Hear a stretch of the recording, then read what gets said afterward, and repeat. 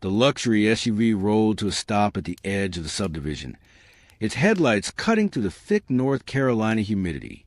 Inside, Chloe was hyperventilating. It had been exactly 6 months since the night of the block party.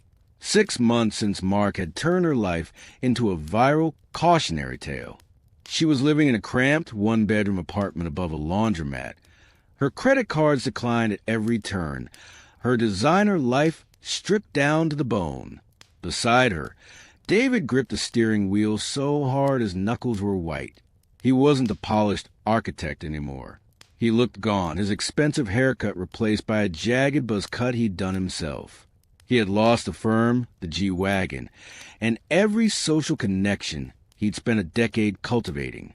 He was a man with nothing left to lose, which made him the most dangerous person in the county. "He's in there," David whispered, nodding toward Mark's new property. Mark hadn't moved far, but he had moved off the grid. He'd bought a secluded, modern fixer-upper nestled on a cliffside overlooking the river. It was a fortress of glass and steel, a masterpiece of structural engineering that he was restoring by hand. He lived there alone, or so they thought. "Are you sure about this?" Chloe asked, her voice trembling. "If we get caught, Elena will make sure we never see daylight again." "Elena is in London for the week. And Mark?" "Mark thinks he's safe because he's isolated," David said, a dark, jagged smile spreading across his face. "He took our money. He took our names. I'm just here to collect the interest." They had a plan. It wasn't about a simple apology or a legal battle. They had discovered something in the fine print of the property sale, a mistake Mark had made in his haste to disappear, a structural flaw in the way the land was titled. If they could get inside his home office and recover the original physical deeds before they were digitized, they could file a countersuit that would tie Mark up in litigation for years. It was a long shot, a desperate grab for a win, but it was all they had. They stepped out of the car, moving like shadows through the woods. The house loomed ahead, a glowing lantern of wealth and stability that mocked them. "The back glass door," Chloe whispered. "He always forgets the secondary lock on the sliding track. He's predictable, remember?" They reached the deck. The house was silent. Mark's truck was in the driveway, but there were no lights on inside. They slid the door open. It gave way with a soft, mechanical hiss. They were in. The interior was cold, smelling of sawdust and expensive floor wax. They moved toward the study, their flashlights cutting thin swaths through the darkness. Chloe felt a surge of adrenaline. This was it. She could almost feel the weight of the trust fund returning to her pockets. She wanted to see Mark's face when he realized she wasn't as broken as he thought. They reached the heavy oak door of the study. David turned the handle. It was unlocked. "Too easy," David muttered. They stepped inside, but as the door swung shut behind them, a loud, metallic clack echoed through the room.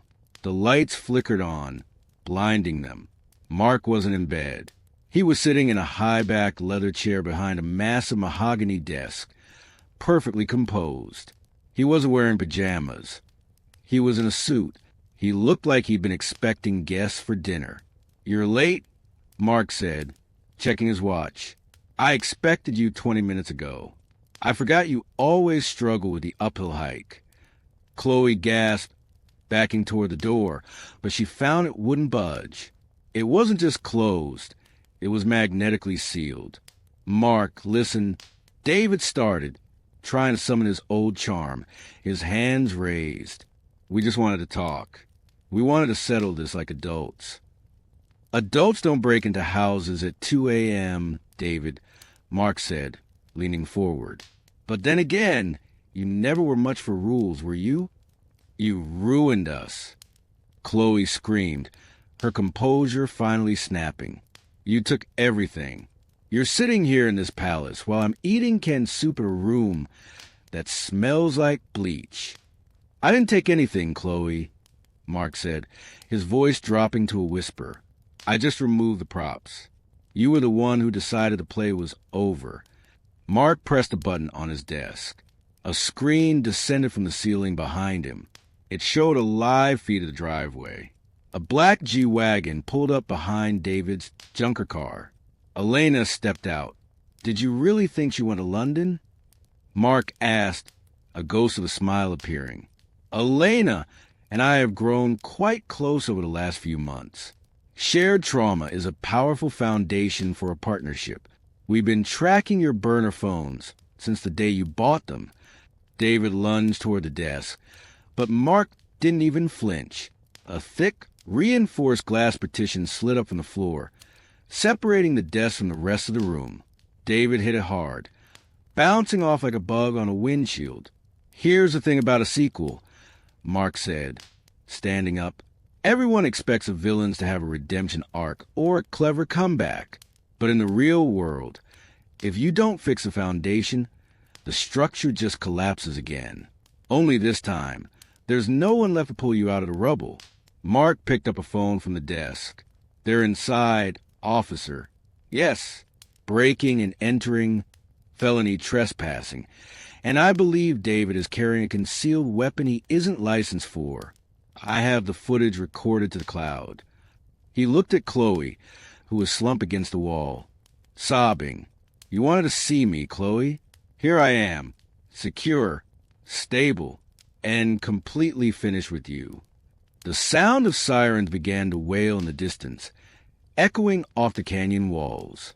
The flashing blue and red lights began to dance across the glass walls of the study. "One last thing," Mark said as he walked toward a side door that led to his private balcony.